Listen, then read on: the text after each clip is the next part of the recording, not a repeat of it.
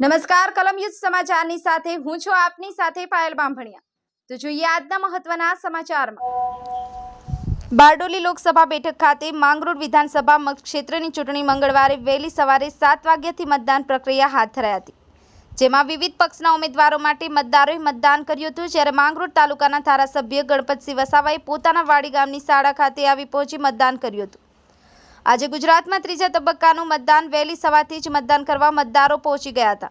ત્યારે બારડોલી લોકસભા બેઠક ઉપર ભાજપના ઉમેદવાર ભાજપના પ્રભુભાઈ વસાવા સામે કોંગ્રેસના ઉમેદવાર સિદ્ધાર્થ ચૌધરી વચ્ચે કાંटे की टक्कर રહેશે।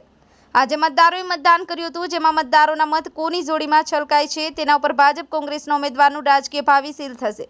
તે તો 4 જુલાઈએ મતગણતરીના દિવસે જ ખબર પડશે। સંવાદદાતા નિલય ચૌહાણ, કલમ યુદ્ધ સમાચાર, માંગરોળ।